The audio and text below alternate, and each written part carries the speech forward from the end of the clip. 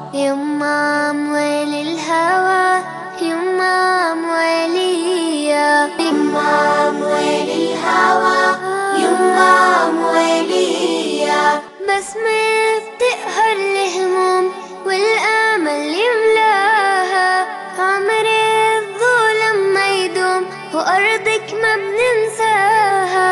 بسمة بتقهر الهموم والآمل يملاها عمري الظلم ما يدوم وأرضك ما بننساها والكون كله بيحضر لعرس الحرية يمام ويلي الهوى يمام ويليا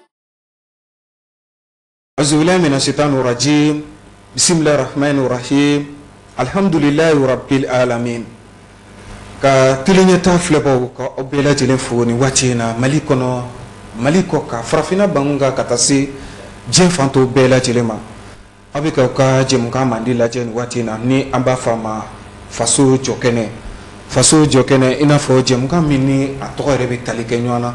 dogokun ka wulika joke ka nyeshi anre faso ma ni oye ba malibaye abse ka bo dinge kono tugomna ka ijo tintin sanfɛ o ye teliɲɛta ka wuli ka jɔ ye o ye ni jɛmukan kofɔlen ka wuli ka jɔ ye ni an b'a fɔ a ma ko faso jɔkɛnɛ i n'a fɔ sanga ani waati bɛɛ lajɛlen an bɛ deli k'a fɔ aw ɲɛna maliden maa fila ye min ye garisɛgɛ sɔrɔ ka i sigiyɔrɔ bɛɛ jamana kɔnɔna ma ani min yɛrɛ sigiyɔrɔ fana taara bɛɛ tunga ma ni o ye jamana wɛrɛ ma olu fila bɛɛ lajɛlen ye maliden ye hali ni y'a sɔrɔ tuma dɔ la ɲinan bɛ kɛ maliden kɔ maliden minnu n'u sigilen don tunga na an hakili bɛ jigin la waati mun na ni degun ye an sɔrɔ walima ni wariko gɛlɛya an sɔrɔ o waatiw an ka hakili bɛ sɔrɔ ka jigin u la ka sɔrɔ a barata nafa wɛrɛ b'u la min ni dufa kɔnɔ wari min ni walima u bɛ nasɔngɔ minnu ci an ma nafa wɛrɛ b'u la min fanga ka bon ni u bɛɛ lajɛlen bari mali tunkarankew ala ye jɔyɔrɔba di u caman ma u sigiyɔrɔw la hakili ta fan fɛ sɔrɔ ta fan fɛ ka taa se o n'a ɲɔgɔnna wɛrɛw ma ni ye anw yɛrɛ ka jamana ta k'a lajɛ sisan an bɛ don min ko bi degunba bɛ an ka jamana kan a bɛ fɔ min ma ko crise énergétique o de ye kurantigɛ banbali min yɛrɛ bɛ an ka jamana kɔnɔ nin jɛmukan ye i b'a sɔrɔ a bɛ ka latɛmɛ waati min na nin waati kofɔlen na bamakɔ kin caman bɛ yen mali dugu caman bɛ yen nɔ minnu bɛ dibi la nin waati in na ka sababu kɛ kuranko gɛlɛya ye o kuranko gɛlɛya in a bɛ se ka wuli ka bɔ an ka jamana kan wa an ka jamana bɛ se k'a yɛrɛ sɔrɔ yelen ka mɛnɛ sanga ani waati bɛɛ lajɛlen yiriwa ka se ka sabati an ka jamana kɔnɔ wa walasa an ka se k'an da don nin masala la ala ye garisɛgɛ d'an ma an ka se ka dunanba dɔ sɔrɔ an ka jamana kɔnɔ nin waati in na an balimakɛ don adama waju ye maliden ye min ni a sigiyɔrɔ bɛnnen don nanzaraw ka jamana min bɛ yen nɔ ni a bɛ fɔ a ma ko suisse a sigiyɔrɔ bɛnnen don o ma an ye wele bila a ma nin waati in na a bɛ an fɛ tagamala jamana kɔnɔ sɛgɛnlafiɲɛbɔ don baaraw kadiri kɔnɔna don an ye a wele ka na walasa an n'a ka se ka na barosigi kɛ mali yɛrɛ kuranko bɛ cogo jumɛn na ale ka wuli ka jɔ a bɛ ɲɛsin kuran suguya jumɛn ma waati tɛmɛnenw na a tun nana an ka jamana kɔnɔ a ye degun sɔrɔ o degun kɛra cogo jumɛn na halisa ale ka wuli ka jɔ a bɛ na ɲɛsin faso ma wa walasa kuranko degun min filɛ nin ye an ka jamana kan a degun ka se ka wuli ka bɔ yen ni ala sɔnna ma faamuyaliw caman hakilina caman o bɛna sɔrɔ ni baro kɔnɔna na nka yanni an ka taa ɲɛfɛ an bɛ kuma di an ka maa welelen ma a ka foli kɛ nin waati in na ka ɲɛsin teliɲɛta filɛbaw ma mali kɔnɔ farafinna bangun ka taa se diɲɛ fantɔw yɛrɛ bɛɛ lajɛlen ma adama waju salamu alaikum waalaikum salam wa rahmatullah somɔgɔw bɛ di tɔɔrɔ tɛ alhamdulilayi baasi foyi tɛ na alhamdulilayi denbaya ka kɛnɛ tɔɔrɔ tɛ bɛɛ la sisikaw dun tɔɔrɔ t'u bɛɛ la madamu bɛɛ lajɛlen fana ka baasi foyi t'u bɛɛ la alhamdulilayi ayiwa foli kɛ nin waati in na ka ɲɛsin teliɲɛta filɛbaw bɛɛ lajɛlen ma n ka foli bɛ tene ɲɛtaya la lajɛbaga bɛɛ n b'u bɛɛ fo merci beaucoup ka invitation na k'an wele ka na a diyara n ye alhamdulilayi an bɛ i yɛrɛ fana fo an b'a dɔn i bɛ jamana kɔnɔ nin waati in na kurusiw fanga ka bon kosɛbɛ nka an ye wele bila i ma i sɔnna k'an ka wele jaabili min kɛ ka na ani ka se ka barosigi kɛ jamana kɔnɔdenw ha ka ja maliden minnu sigilen don kɔ ka nafa bɛna sɔrɔ ni baro in na an bɛ i fo i ka o invitation walima o wele k'a min dari yɔrɔ n'i nana jaabi an bɛ i yɛrɛ fo ala kosɛbɛ adama waju ayiwa bamananw ko ten maa lakale ma i yɛrɛ da nka tuma dɔ la ni maa sɔrɔ k'i yɛrɛ kofɔ a bɛ dɔn an ni maa min yɛrɛ bɛ baro la bi an y'a dɔn k'a fɔ maliden kɔni ye i sigiyɔrɔ bɛnnen don Suisse ma nka Adama yɛrɛ ye jɔn ye a dakurunya damadɔ fo kan walasa teli ɲɛtaa filɛ ko baw k'a dɔn ani maa min bɛ baro bon Adama ne tɔgɔ Adama Waju n sigilen don Suisse san tan fila n bɛ n sigilen don Suisse san tan fila bɔɲɔgɔnko n bɛ n sigilen don Suisse bon n tun bɛ basketi kɛ fɔlɔ n ye basketi bila ka Suisse ka don énergie compagnie dɔ kɔnɔ Suisse donc hali bi n b'o baara de kan ye quoi voilà. Adama Waju ye marakaden ye voilà n ye marakaden ye n fa y'a fa ye maraka ye an bɛ bɔ Kayi première région mara la Soboku n ba ye maninka ye olu bɛ bɔ Kurusale voilà donc n ye maraka ye maninka alhamdulillah maraka maninka voilà olu dun ka jugu ɲɔgɔn ma cogo min ayiwa ni ma fili i fɛnɛ bangera Faransi jamana kan awɔ alhamdulillah n bangera Faransi bon n fa tɔgɔ Lasana Waju ale tanyana Ala ka hinɛ a la n ba bɛ balo la a kɛra aja ye a taara Maka a nana kalo tɛmɛnen ale tɔgɔ Fanta Dumbiya voilà dɔgɔ ni kɔrɔw bɛ n bolo fɛnɛ u bɛɛ bɛ Faransi voilà ayiwa Ala ka hijiw kɛ hiji minɛnen amina yarabi Ala kana to kun fana an yɛrɛ si ma ka dugawu kɛ musokɔrɔba ye halisa Ala ka a mɛn kɔrɔ amina yarabi ka kɛnɛyaw sabati kɔrɔ kelen-kelenna bɛɛ lajɛlen amina yarabi ayiwa Adama Waju i bɔra sisan ka bugunatigɛ di e yɛrɛ maa min ye i bangera Faransi jamana kan nka kana ye e bɛ ka wulikajɔ kɛ ka cɛsiri kɛ ka sɔrɔ e dun ma bange jamana min kɔnɔ n'o ye Mali ye mun nana n'o ye Adama Waju bon mun nana n'o ye jamana kanu donna ne la kabini n denmisɛnnin tuma n bamuso tun bɛ to ka ne ni n dɔgɔkɛ bila ka na vacances la san o san Mali la kabini n bɛ san 5 la san o san n bɛ na Mali la n bɛ congé kɛ Mali la donc Mali dusukun kanu donna ne la o senfɛ donc o senfɛ fɛnɛ waati dɔw bɛ yen 2016 n'ale n y'a ye kurantigɛ problème bɛ Mali la bon vraiment bon a sababu bɛ n bolo ka a sababu comme n bɛ baara kɛ énergie compagnie de la Suisse donc n y'a ŋaniya ka na ni courant ye Mali la voilà c'est ça. faso yɛrɛ i bɛ to kabiri denmisɛnninna ma i bɛna jamana kɔnɔ jamana kanu nana ye i dusukun na o kama i ye miirina ta walasa ka ɲɛsin i faso yɛrɛ ma n'o ye Mali ye i y'a ye k'a fɔ degun b'a kan degun min ni o ye kuranko ye e ka taga ni ka segiw senfɛ i ka lakɔlɔsili bɔra o kan an ye kibaruya sɔrɔ k'a fɔ e Adama Waju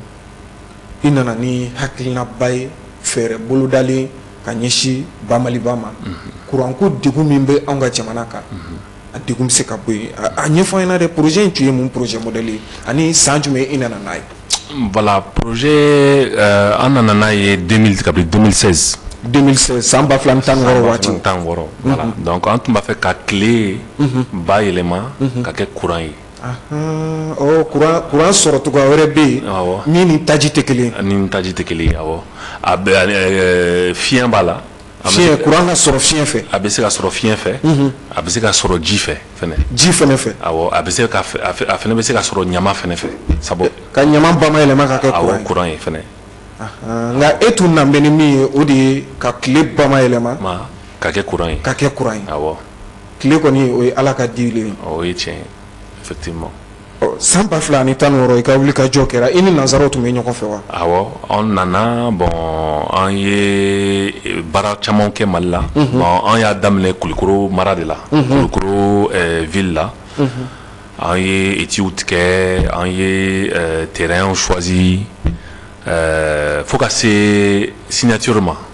fo ka se a tɛgɛ nɔ bɛ bila yɔrɔ la. voilà c'est ça fo ka se o bɛɛ ma an ye san 2 kɛ o bɛɛ la. parce que n'i bɛ kalan kɛ dugukolo jukɔrɔ a bɛ temps ta ni an bɛ financement fɛnɛ ɲini o fɛnɛ bɛ temps ta bon ka anw ni autorité fɛnɛ ɲɔgɔn ye ninnu na o fɛnɛ bɛ temps ta donc an bɛ se k'a fɔ san 2 kɔnɔna an y'o bɛɛ baara kɛ ka bɛn 2018 donc a kɛra signature an tun kan ka signature de kan ka kɛ sisan bon ala ma son a signé bon je pense qu'au bout fin chaman kalama kola quoi déjà quoi anya me ka fo o togoya ina ika wuli ka joy eni nazaro na liminkera an la jamana kono no Suisse oui. C'est fort milliard chamani to mena do bara inda fe wa mo ba chaman to mena bara so effectivement bon en cas projet tu est ton boladen lo 50 mégawatts là donc 50 mégawatts anga min to mendo ala o 60 millions d'euros 60 millions d'euros 60 millions d'euros et wari million bioro bonyongo o ri tunanga do bara inda fait donc mo chaman fele to mena bara ke projet voilà mo chaman tunanga bara ke parce que en Bessic à Foko, à peu près plus de 20 000 personnes. Bamuga, on nous tombe à Barasoro ala parce que à maintenance B, à sécurité B, à centrale fene colis fene B, Bara chama mais a créé autour de la centrale, mais c'est à Bara di jamana de quoi, voilà. Inali min kɛra ni o projet hakilina ba ye min bɛ se ka courant ko degun ta ka bɔ an ka jamana kan an y'a mɛn ka fɔ a ma se ka sira sɔrɔ gɛlɛya dɔw sɔrɔli la ko ninnu na gɛlɛya ninnu i bɛ se k'i da don a la ka kumabaw ɲɛfɔ an ye. Bon gɛlɛya minnu sɔrɔ a la bon a kɛra cogo min na bon mɔgɔ autorité minnu tun bɛ kɔrɔlen mɔgɔ minnu tun bɛ fanga la a donni kama voilà donc olu a donni kama Ibrahim Boubacar Keïta tun ye Mali jamana ɲɛmɔgɔ ye Soumeylou Boubé Maïga ale tun ye Mali premier ministre effectivement waati la bon olu a waati la bon olu tun ma faamuya kosɛbɛ c'est-à-dire que projet dɔw bɛ ni bɛ na n'a ye kɔ kan wari dɔw bɛ yen o tɛ se ka di o tɛ se ka di à Watila. Bon, à l'époque, à la Kaina, Soumeylou Boubé ni bon à Mousso, l'Outumba fait n'est qu'à 3 millions d'euros d'Ouma. Millions euro million biorina. Bioro. Qui a million sabadi beau au warla. Voilà. Au Douma sur la fin. Voilà. On y 20% de part sociale de la société. Part sociale la keme sigila ki ga mu kan fene dolo ma action nous kera actionnaire société kon andun te se ka ke bon amase ka ke fene donc la a bara jora quoi voilà la bara jora a wati la nta don no aklibala Draman Coulibaly tuye EDMDG Draman Coulibaly ni cliff la ke énergie directeur là voilà donc société chamani entreprise chaman be atara mon ka voilà au sein fait réunion na ambeka prix discuter en ironche EDM ni en ironche bon wele blara ma ko agena ka bo ka barala bon nta don na kera on ta ka sababu ye le mais kabri o don fo bi ama ɲɔgɔn ye tuguni mamina oni Coulibaly be ɲɔgɔn na oui o wagati kelen de o réunion salle kɔnɔ a welela ka fɔ ko dan sigira ka baara la exactement voilà donc abri o don fo bi baara jɔlen don adama waju a wagati i ye degun caman sɔrɔ n ye degun caman sɔrɔ caman ni bena Malila a bɛ fɔ min yɛrɛ ma ko menace de mort u ye olu bɛɛ lajɛlen sɔrɔ n y'o bɛɛ sɔrɔ n ye menace de mort ko u bɛ ne si latunu u bɛ n faga u b'a kɛ tan bon ni mɔgɔ bɛna ne fɛ yen ni mɔgɔ bɔra ne fɛ yen u bɛ mɔgɔ dɔw b'u ɲininka u nana mun ɲini ne fɛ yen bon ne ka mobili u bɛ ne suit n bɛ taa yɔrɔ o bɛ ne suit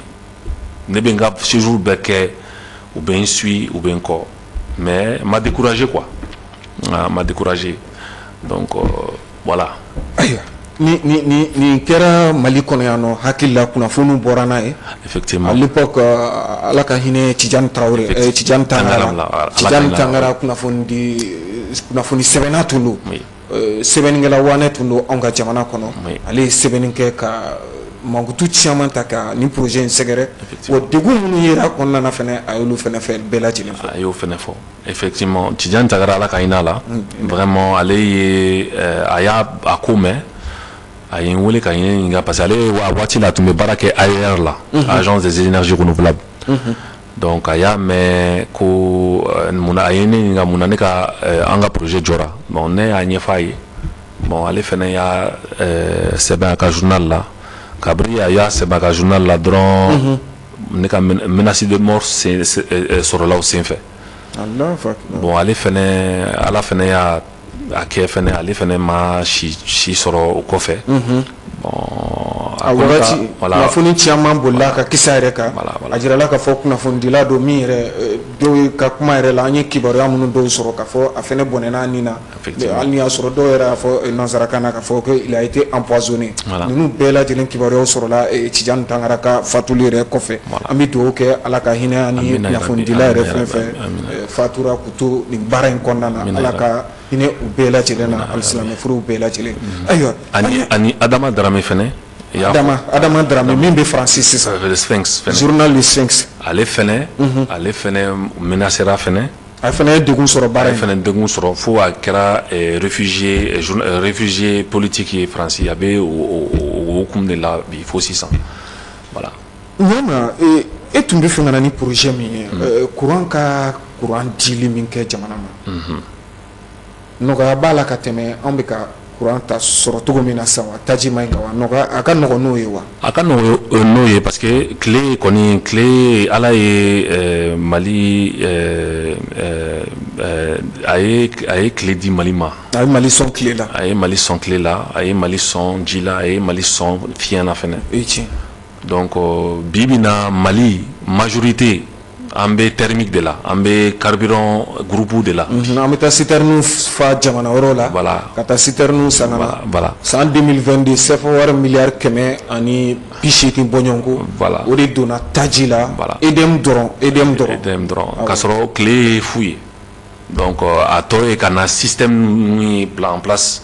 ka tile capter ka bayɛlɛma ka kɛ énergie ye ka feere EDM ma nɔgɔya la sɔngɔ nɔgɔman na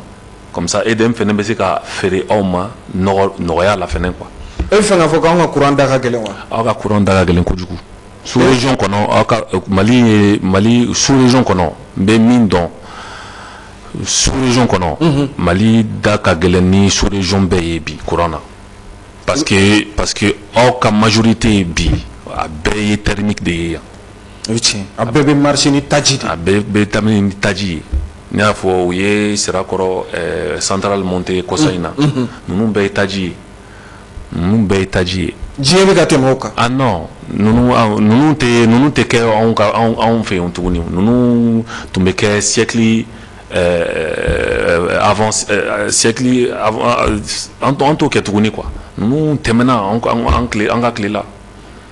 an t'o kɛ tuguni e fɛ k'a fɔ ko jamana kɔnɔdenw yɛrɛ an ka salaire yɛrɛ bɛ taa courant na wa a bɛɛ bɛ taa aw ka courant na n'a y'a ka sara ta sisan mais 60% bɛɛ bɛ taa courant na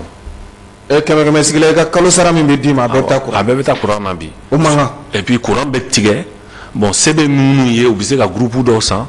bon al'o la i bɛ carburant don o kɔnɔ fɛnɛ donc jamana tɛ se ka développer tan c'est impossible courant ko degun min filɛ nin ye anw ka jamana kan a bɛ se ka wuli ka bɔ yen wa a bɛ se ka wuli ka bɔ yen parce que a bɛ se ka wuli ka bɔ yen an kamana ganenba ni degunba in na e ko k'o bɛ se ka wuli ka bɔ yen a bɛ se ka wuli ka bɔ yen parce que ala y'an sɔn tile la a y'an sɔn ji la a y'an sɔn fiɲɛ na donc c'est à dire que politique vision dɔrɔn de don a kunkilenna dɔrɔn de don e y'a fɔ sisan ko État bɛ ka CFA 200 milliards à peu près 200 milliards de francs CFA 2022 voilà 2022 kɔnɔ bon n'i y'o CFA 200 milliards CFA ta i bɛ se ka centrale naani kɛ n'o wari ye san kɔnɔ déjà énergie solaire la dɔrɔn hali na capacité bɛ sɔn ka kɛ 10 mégawatts ou bien 15 mégawatts mais i bɛ se k'o kɛ voilà mais n'i y'a bɛɛ san carburant kɔnɔ carburant bɛ don groupe kɔnɔ o y'a talen c'est fini a bɛ taa mais hali bi o tɛ solutionné parce que courant bɛ tigɛ hali bi mais tile kɔni bɛ yan dɛ ala y'an sɔn tile la a tile a bɛ yan a tɛ ka taa fɛnɛ a bɛ yan donc munna an tɛ tile utiliser o ye question fɔlɔ ye munna an tɛ ji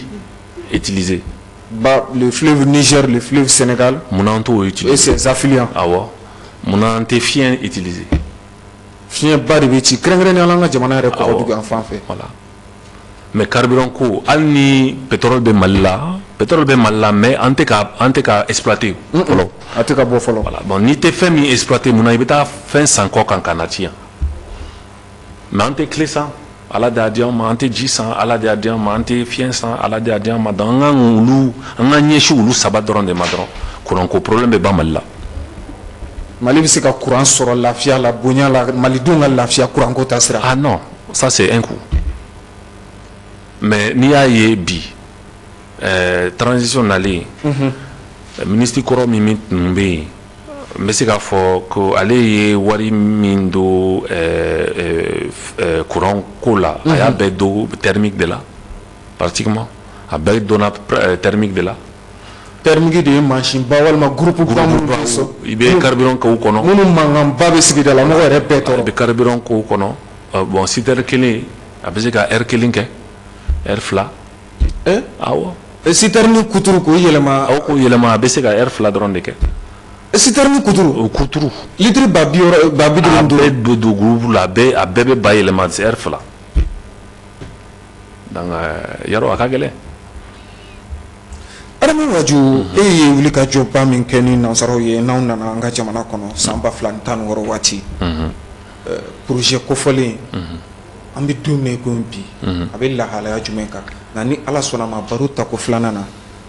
sɛgɛnlafiɲɛ b'o kɔfɛ an bɛ segin ka na sɔɔni adama waju bɛ n'i da don o kisa la ka walawalali kɛ a kan sɔɔni يمام وللهوى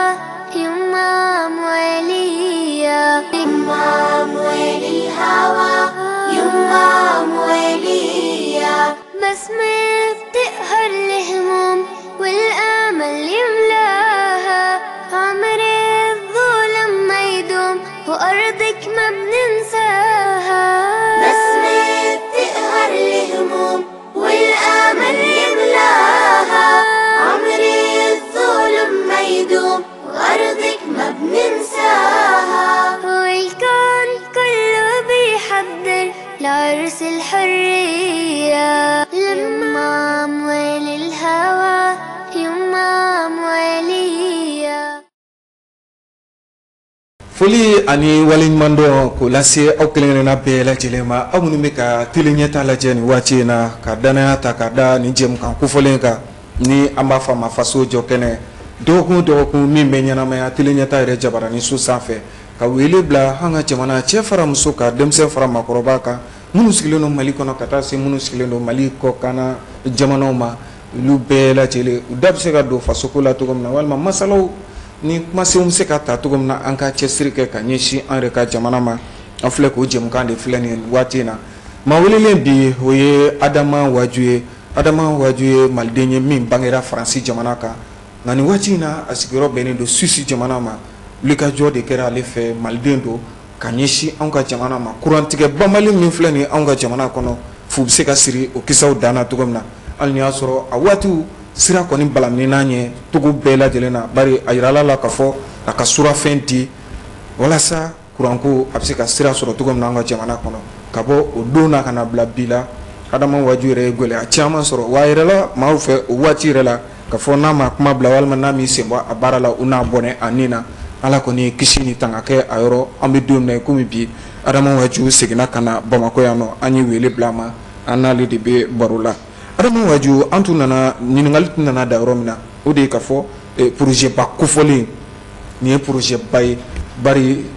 euro wari miliyɔn 60 bɛ taa ko kisa da fɛ wa mɔgɔ 20 bɔɲɔgɔnko bɛ baara kɛ cakɛ bondaso min na o tɛ ko denni ye malidenw yɛrɛ dibila sili dɔ kɛr'o la sa wa an ka dɔgɔtɔrɔsow kɔnɔ bi maaw bɛ ka bɔnɛ u nin na ka sababu kɛ kurantigɛ banbali ye cɛkɔrɔba caman bɛ yen musokɔrɔba caman bɛ yen nɔ ventilo ni climu mana faga a bɛ kɛ degun ye u caman bɛ ka bɔnɛ u nin na an bɛ se k'a fɔ énergie jumali ka su hakɛ Mali kɔnɔ san kɔnɔ mɔgɔ t'a da fɔ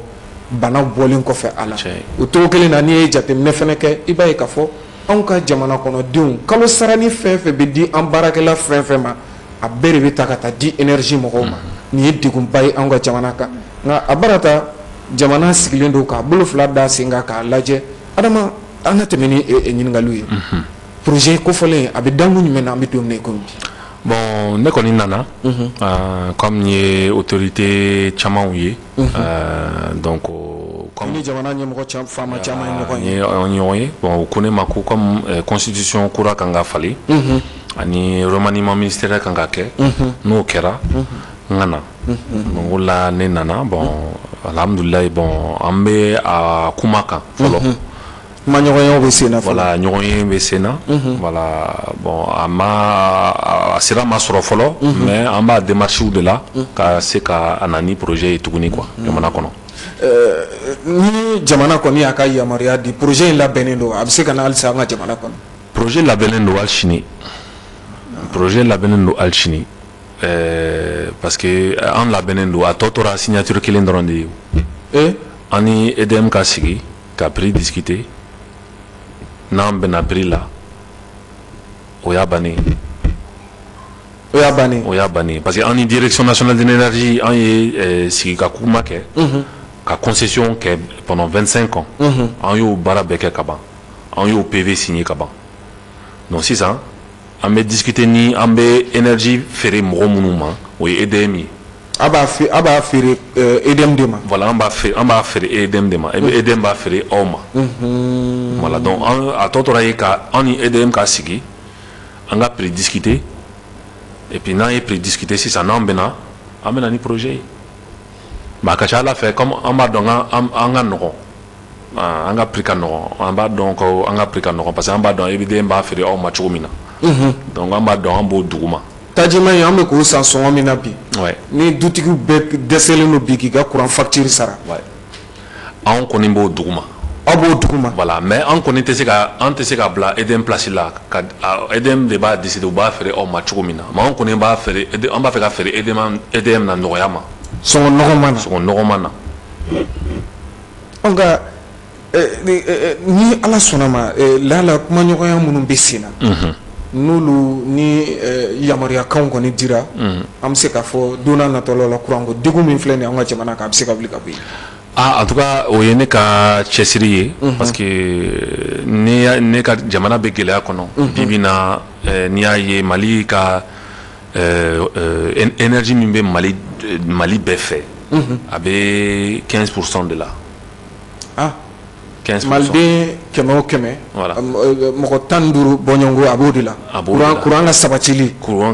a bɛ 15% de la kɛmɛ sigila 15 voilà il faut an ka yɛlɛn ka kɛ 50 la ou 60 la joona comme sous région tɔ Sénégal b'o de la Côte d'Ivoire b'o de la awɔ hali Burkina bɛ an ɲɛfɛ Burkina oui Burkina b'an ɲɛfɛ Burkina kelen Burkina kelen olu ka courant-tigɛ man ca ni an ta ye dɛ an ni compagnie kelen de y'a daminɛ ɲɔgɔn fɛ kelen y'a daminɛ Burkina an y'a daminɛ Mali la olu bɛ ka filanan de kɛ u ka projet fila u bɛ filanan de la ne m'an ta daminɛ depuis 2016 mais an y'a daminɛ kalo kelen mais olu bɛ filanan de la an ma fɔlɔ daminɛ fɔlɔ olu b'u ka projet phase filanan de la an ka kelen ma ɲɛnabɔ fɔlɔ kabini san 2016 ka na bila an bɛ don min voilà c'est ça ayiwa donc c'est ça Ala k'a ni sababa bɛn amina rabi Adama Waju Mali tunkarankew u bɛ se ka fɛn kɛ Mali ye wa ne bɛ se ka fɔ waso tɛ tunkarankew u bɛ sɛgɛn u bɛ soli ka wuli ka sababu ɲini ka baara kɛ faso kanu b'u la kojugu ne b'a dɔn bi ne bɛ se ka sariya bi ni jamana ɲɛmɔgɔ ye diaspora wele bi domaine o domaine na a ka kɛ aviation ye a ka kɛ courant ye a ka kɛ ji ye a ka kɛ fɛn o fɛn ye n b'a dɔn sɛnɛko ye a ka kɛ dunkafa ye a ka kɛ fɛn bɛɛ n b'a dɔn sababu bɛ diaspora bɛɛ la dɔ la wa u bɛ na n'u ka wari ye dɛ u bɛ na n'a ye faso ka wari dun o ka nɔgɔn bɛɛ bɛ se k'o kɛ mais ka na ni wari ye yan a ma nɔgɔn dɛ mais ne b'a dɔn diaspora an de bɛ wari ci yan Mali tunkarankew an de bɛ wari ci yan mɔgɔ si tɛ wari ci Mali la ka di anw ma yen an de b'a ci yan anw de bɛ don société ba la ka an ka société ninnu convaincu u ka se ka na ni investissement ye Mali kɔnɔ anw de b'o kɛ o i ma projet o projet ye Mali la a bɛɛ projet de développement bɛɛ i y'o ye Mali la a bɛɛ ye tungara kɛ ka baara ye n'o ye yan projet de développement fɛn bɛɛ ye Mali la a bɛɛ ye tungara kɛ ka baara de ye yan mais hali bi u ka sira dayɛlɛ anw ye an bɛ se ka na ni min ye jamana kɔnɔ u bɛ n'a faamuya quoi dɔɔni quoi nka sira datugu kun ye mun ye Adama Waju e yɛrɛ ka miiri n'i ka faamuya n'i ka hakilina t'a la bon olu je pense que u sirannen don an bɛ ɲɛbɔ u ka poste ninnu de nɔfɛ peut-être ou bien jɔyɔrɔ min b'olu bolo peut-être u sirannen don o de la ka sɔrɔ anw kɔni alhamdulilayi dayirimɛ fitinin min b'anw bolo u b'an bɔ mais ni an bɛna vacances la n'an den ninnu bɛna vacances la an b'a ye kurantigɛ bɛ yen an b'a ye i bɛ taa restaurant la courant bɛ tigɛ yen i bɛ taa yen fɛ courant bɛ tigɛ yen i b'a ye ko jamana bɛ retard la i yɛrɛ b'a dɔn i yɛrɛ b'a dɔn mais a man di ye quoi nka Adama tuma dɔ la u b'a fɔ k'a fɔ e filɛ ka i da se kurantigɛ ko min ma nin ye ko kurantigɛ tɛ anw dɔrɔn ka jamana ye ko nanzara jamanaw ka courant bɛ tigɛ diɲɛ fan bɛɛ fɛ kurantigɛ bɛ diɲɛ fan bɛɛ fɛ gɛlɛya b'u ka énergie kan nin kuma ninnu e bɛ se k'a sɛmɛntiya wa e yalala diɲɛ kɔnɔ i ye nanzara jamana caman kɛ kabiri ne wolola san min na bon c'est vrai comme on va fɔ ko ne ye denmisɛnnin ye mais bon n b'a dɔn bon n'i tɛmɛna âge dɔ la kɔni ne ma deli ka kurantigɛ ye kabiri n wolola Europe n ma deli k'a ye n'i y'a kɛ miniti kelen dɔrɔn non jamana bɛ wuli o don bɛɛ e ka courant tigɛ miniti kelen kɛrɛnkɛrɛnnenya e ka jamana yɛrɛ i bɛ jamana min kan n'o ye Suisse jamana non n'i ye courant tigɛ Suisse miniti kelen dɔrɔn c'est fini jamana ɲɛmɔgɔ bɛɛ bɛ wuli tout de suite miniti kelen parce que miniti kelen a bɛ mɔgɔ min mako sa an de b'a dɔn ne ma deli k'o ye quoi Suisse o Faransi o Allemagne o Espagne o États-Unis ne y'o dugu bɛɛ kɛ ne ma deli ka kurantigɛ ye ma deli k'o ye mais n dun b'a dɔn n'u kɛra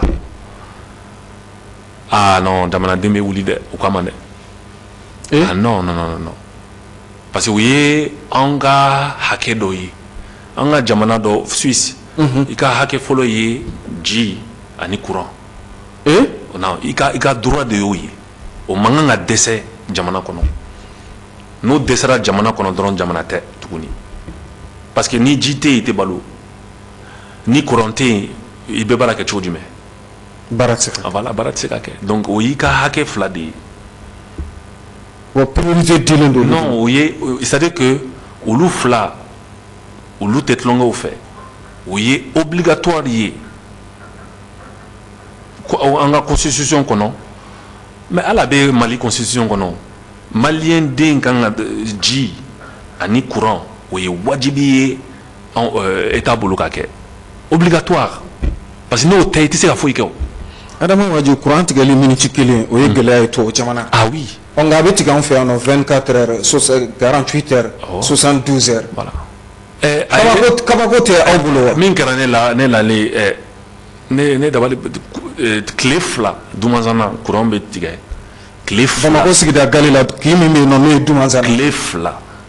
courant mana groupe bɛ yen a bɛ ne nɛn don bon ne bɛ gêner parce que a bɛ mɔgɔ tɔɔrɔ a mankan bɛ wuli a bɛ mɔgɔ tɔɔrɔ wa taji min yɛrɛ bɛ k'a kɔnɔ voilà bon comme ne tɛ mɛn yan kosɛbɛ n tɛ mɛn yan n'o tɛ ne tun bɛ se ka na ni panneau ne ka panneau ninnu ye ka sigi n fɛ yen mais n tɛ mɛn yan ni n bɛ na semaine kelen 10 jours n bɛ taa mais siɲɛ wɛrɛ kɔni ni ne bɛ na n bɛ na ni n ka matériel bɛ ye n sen fɛ parce que groupe a bɛ mankan kɛ cogo jugu et puis i bɛ carburant min don a la non c'est jigitigɛ don quoi jigitigɛ don Adama i ko jigitigɛ yɔrɔ in na ɲininkali kunkurunin bɛ ne bolo ka ɲɛsin i ma e ni nanzara minnu ye wuli ka jɔ kɛ k'a fɔ Mali courant ko degun fo ka se ka siri a la kisa ka se ka ɲɛnabɔ tuma min na ni gɛlɛya ninnu y'i sɔrɔ i faso yɛrɛ kɔnɔ nanzaraw bɔra a kalama wa u bɔlen a kalama a y'u kɛ cogo jumɛn na nanzara bɔra a kalama nanzara n bɛ se k'a fɔ ko ne ka mɔgɔw ninnu a waati la a tun man d'a ye a tun man d'u ye an kana ni nin wari bɛɛ ye Mali la a tun man d'u ye ne de ye kɛlɛ kɛ n'olu ye ne de ye n battu walasa u ka se ka Mali bonya, Mali respecté. Parce que n'an bena ni fɛn ye yan tɔnɔ dɔ de fɛnɛ bɛ yan o. Voilà, olu fɛnɛ bɛ tɔnɔ min sɔrɔ Mali kɔnɔ o t'o sɔrɔ jamana wɛrɛ la. Donc hali ni lakanakobaliya ninnu tun bɛ a waati ninnu na olu bɛɛ nana yan olu ye Mali ye u ɲɛna olu ye yɔrɔ dɔw yira ne la Bamakɔ kɔnɔ ne tun tɛ yɔrɔ minnu dɔn voilà olu bɛɛ tun bɛ yan an ye kalo 6 kɛ yan o tɛ Radisson na an tun bɛ yan an tun bɛ ka projet ninnu monter an tun bɛ yan an bɛɛ tun bɛ yan an mɔgɔ 5 tun bɛ yan donc olu u sera Mali la dɔrɔn o kɛra Mali fɛ jamana jar'u ye tiɲɛ siɲɛ fɔlɔ olu fɛnɛ ka na Mali la fɛnɛ donc ne ye n battu walasa n ka investissement validé n'o tɛ a tun man d'u ye fɔlɔ dɛ au début a tun man d'u ye fɔlɔ a daminɛ la a tun man d'u ye bon n bɛ se k'a fɔ ko n bɛ se ka jo d'u ma parce que u y'a fɔ ne ye n battu ne ye kɛlɛ kɛ ni dɔw hali bi an tɛ kuma dɔw ni baarakɛɲɔgɔn dɔw bɛ yen hali sisan an tɛ kuma nin dossier kelen kama parce que tellement a ye Mali a ye kumana Mali kan cogo sugu dɔ la a ma bɛn ne ma quoi mais bibi na ne bɛ o Maliya de kɔnɔ parce que ne ka jamana mɔgɔw u ye min kɛ ne la o de tun fɔra ne yanni ne k'a daminɛ i y'a faamuya donc n ye Maliya sɔrɔ yɛrɛ yɛrɛ mais Mali ye n ka jamana ye n tɛ se ka bɔ maliyɛn na donc ni se bɛ ne ye ka na ni a ye tuguni n bɛ na n'a ye voilà parce que olu mako dilannen don courant tɛ tigɛ olu fɛ yen courant bɛ tigɛ ne ka jamana na donc il faut n battu ka nati voilà mɔgɔ mun y'o bali fɛnɛ mɔgɔ fɛnɛ mun y'o projet bali olu fɛnɛ bi ka bila 2016 la fo bi olu fɛnɛ ma se ka na n'a ye olu ma se ka na ni dɔwɛrɛ olu mana san ka na n'a olu tun sera ka na n'a ye an tun b'a ye bi mais a ma nɔgɔn comme n y'a f'i ye cogo min na faso wari k'a dun a ka nɔgɔn ni fɛn bɛɛ ye mais ka na ni wari ye kɔ kan ka nati jamana kɔnɔ a ka gɛlɛn kojugu bɛɛ tɛ se voilà c'est ça ala ka ani sababa amina yarabi an bɛ dugawu kɛ kuranko crise min filɛ nin an ka jamana kɔnɔ ala ka a degun wuli ka bɔ an ka jamana kɔnɔ amina yarabi aw ni hakilina ɲuman bɛ ta aw fɛ miirina ɲuman bɛ aw la aw ni maliden ɲuman bɛɛ lajɛlen aw tunkarankew bɛɛ lajɛlen a wulikajɔ ninnu ala ka kɛ sabatifɛn ye ka barika don baara ninnu na ka ɲɛsin anw ka jamana ma anw ka jamana bɛ degun min kɔnɔ a bɛ se ka bɔ ni degun kɔnɔ tuguni Adama Waju n'i nana Bamakɔ kana Bamakɔ kɛcogo ye ka courant tigɛ cogo lajɛ anw ka jamana kɔnɔ ka tila k'i ɲɛ da Bamakɔ yɛrɛ ɲamantonw kan souvent a bɛ kɛcogo jumɛn na e bɛ jamana min ka courant ɲamantonko bɛ cogo di ɲamanton fɛnɛ bon man da don a la n'o tɛ anw fɛnɛ tun b'a fɛ ka ɲaman cɛ ka bayɛlɛma ka kɛ courant ye mais o ɲaman kelen an bɛ ɲaman min filɛ nin ye o b'a ni a ɲamantonba dɔ filɛ nin ye Dawudabugu dɔ bɛ Lafiyabugu Numubugu yɔrɔ dɔ bɛ yen Numubugu u bɛ taa ɲaman bɛɛ cɛ ka taa don dugu jukɔrɔ bon n'i y'o kɛ a bɛ se ka an ka nappe phréatique an ka ji min bɛ dugu jukɔrɔ a bɛ se k'a tiɲɛ parce que u t'a dɔn u kan ka min kɛ n'o ye olu t'a dɔn an b'o wele l'or noir ɲaman ye sanu finman ye ɲaman kelen an bɛ wotorotigiw bɛ min cɛ ka t'u fili min ni par exemple an fɛ yen Suisse an bɛ vi o dɔrɔn de kan ah oui an ka énergie bɛɛ bɛ bɔ o kan Suisse énergie bɛɛ bɛ bɔ ɲaman de la courant bɛ sɔrɔ ɲaman na courant bɛ sɔrɔ ɲaman na nɔgɔ bɛ sɔrɔ a la nɔgɔ bɛ sɔrɔ a la gazi fɛnɛ bɛ sɔrɔ a la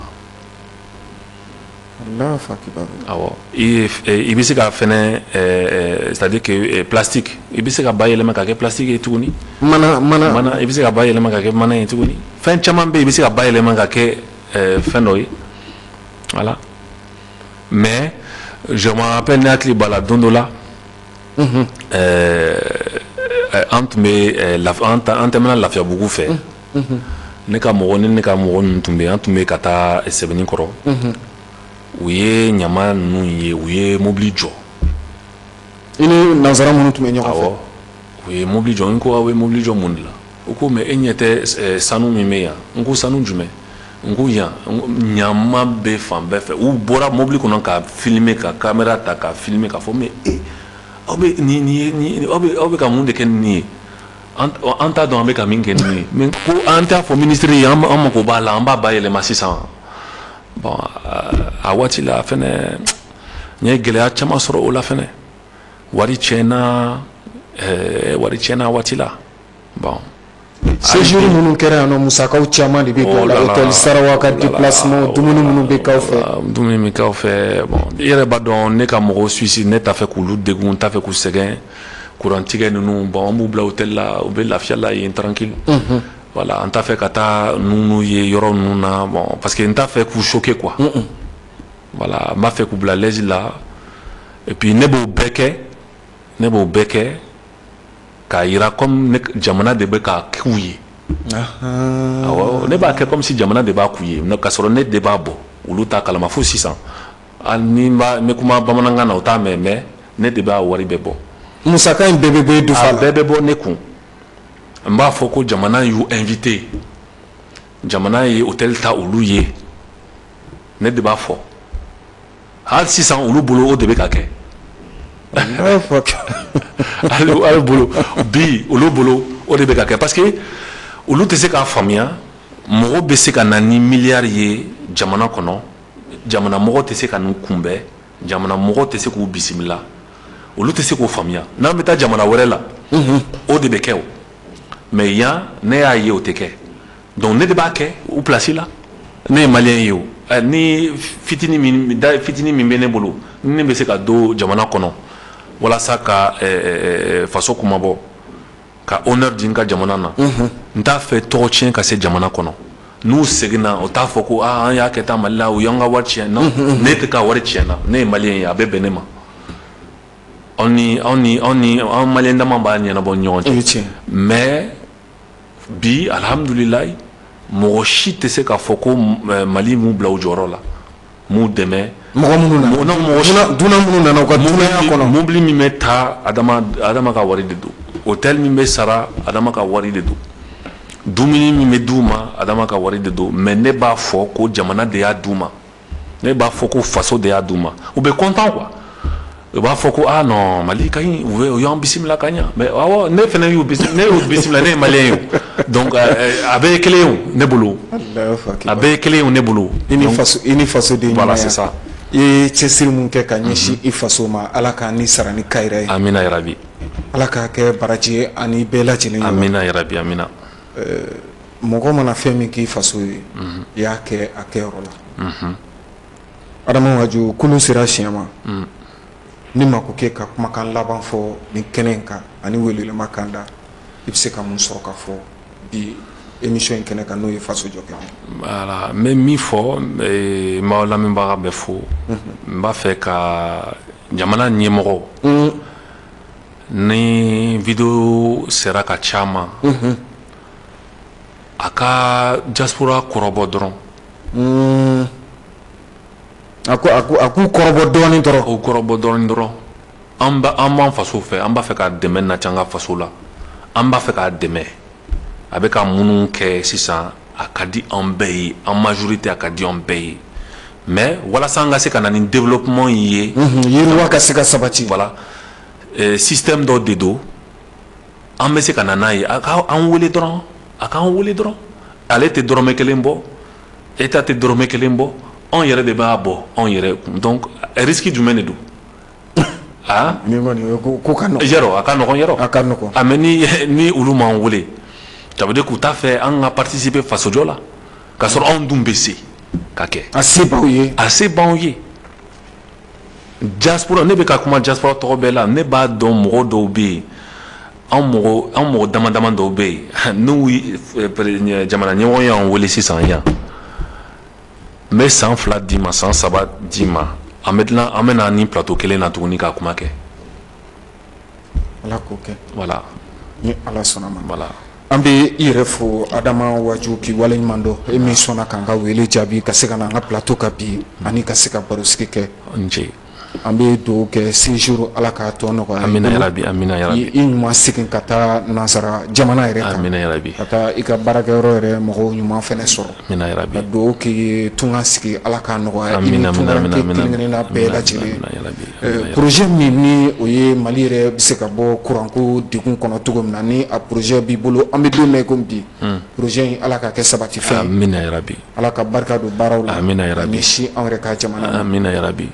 ka i yɛrɛ fo k'i waleɲuman dɔn ka i tagamaɲɔgɔnw bɛɛ lajɛlen fɛnɛ fo amina yarabi kɛrɛnkɛrɛnnenya la n'o ye mamadu mohamed fofana ye awɔ ka fofana kɛ fɛnɛ fo a ka cɛsiri la an bɛ dugawu kɛ halisa ala ka barika don baaraw la amina yarabi ka dugawu kɛ mali tungaranke kelen-kelenna bɛɛ lajɛlen wele bɛ bila nin yɔrɔ in na ne kɔni bɛ fɛn ka dakuruɲa fila fɔ yanni jɛmukan ka kuncɛ ka ɲɛsin cɛmancɛla fanga ma ɲɛmɔgɔw ma colonel maliki jaw a somɔgɔw peut-être tulo b'an na ka taa se asimi goyita ma ka taa se sukɛli kokala mayiga ma ka taa se colonel yɛrɛ cɛ 5 bɛɛ ma wulikajɔ ka kɛ ka ɲɛsin jamana in kuranko ma wa kuranko bɛ se ka kɛ degunba ye ka ɲɛsin jamana ma a bɛ se ka jamana yɛrɛ segin kɔ ka jamana sigi a sen tabara kɔnɔ wa wulikajɔ yɛrɛ caman bɛ se ka ɲɛsin nin kisa ninnu ma mali kuranko ni maliden min bɛ 10,000 ta kalo la walima i bɛ 12,000 ta kalo la i bɛ taa wari bɛɛ lajɛlen don kuranko kisa da fɛ wa n'i ma t'o di énergie nata i ka compteur bɔ wa dɔgɔtɔrɔsow la ɲina mali kɔnɔ san 2023 in na mɔgɔ dama jeli fatura anw ka dɔgɔtɔrɔsow la ka sababu kɛ kurantanya ye an ye kibaruya yɛrɛ sɔrɔ do opération salle dɔw kɔnɔ tuma min na u bɛ ka mɔgɔw ka opération kɛ kuran nana tigɛ a mɔgɔ dɔw fatura k'u to tabali sanfɛ énergie ka foti o kuranko dun degun maliden dɔw nana k'u bɛ fɛ k'a ɲɛnabɔ ka wuli ka bɔ mali kan sira dɛsɛra ka d'olu ma walasa ko f'olu ka surafɛn de di diɲɛ setigi jamana wɛrɛw bɛ yen minnu bɛ se k'ale nin kuranko degun ta ka bɔ mali kan mali jamana kɔnɔden ye mɔgɔ jeli ye mali yɛrɛ kuranko degun wuli man go nka mun kɛn bɛ kɛ balan ye mun kɛn bɛ ka kɛ dɛsɛ ye ni o kuranko degun bɛ anw ka jamana kan halisa wele bɛ bila cɛmancɛla fanga ma ɲɛmaaw ma wagati tɛmɛnenw na masakɛ minnu ni premier ministre minnu tɛmɛna ibrahim bokar keyita ni sumeli buboyi mayiga an bɛ se k'a fɔ hali ni i bɛ k'a nɔ tɛ togo dɔ la a nɔ don bari ale de tun bɛ jamana mara la nka sumeli buboyi mayiga ale n'a furumuso olu y'u sen da kisa in kan a ko ma se ka taa ɲɛfɛ nka bi sogɛli kokala mayiga n'ale kumakan bɛɛ k'ale bɛ faso fɛ asimi goyita n'o ko k'ale kumakan bɛɛ ka fɔ ale bɛ faso fɛ munnu tɛ adama waju wele u k'a lamɛn kuranko sira ka se ka di kuranko degun ka wuli ka bɔ an ka jamana kan an b'a jigiya k'a fɔ ni welekan min dalen filɛ nin ye a bɛna lamɛn adama waju ka i fo merci k'i waleɲuman dɔn ni n b'a jigiya k'a fɔ nin tɛna k'an ka jɛmukan laban ye tuma ni tuma ni sen sɔrɔ kana faso kɔnɔna na an ni wele ani ka se ka baro sigi kɛ ni ala ka jɛ ye ala ka barika don kisaw la k'i yɛrɛ fo k'i waleɲuman dɔn dɔ bɔ yan ka t'i bolo don diɲɛ baara o baara la ala ka kɛ hɛrɛ ani bɛɛ lajɛlen nin bɛ dansigi kɛ aw ka bi jɛmukan na ni o ye faso jɔ kɛnɛ ye maa welele adama waju maliden don min sigiyɔrɔ bɛnnen don Suisse jamana ma an kumana mali yɛrɛ kuranko degun kan n b'a jigiya k'a fɔ faamuyali caman sɔrɔla la k'aw bɛɛ fo k'aw bɛɛ waleɲuman dɔn ala ka dɔgɔkun yɛrɛ jɛmukan yira na ni o ye faso jɔ kɛnɛ ye يمام وللهوى يمام وليا يمام وللهوى يمام وليا بس ما بتقهر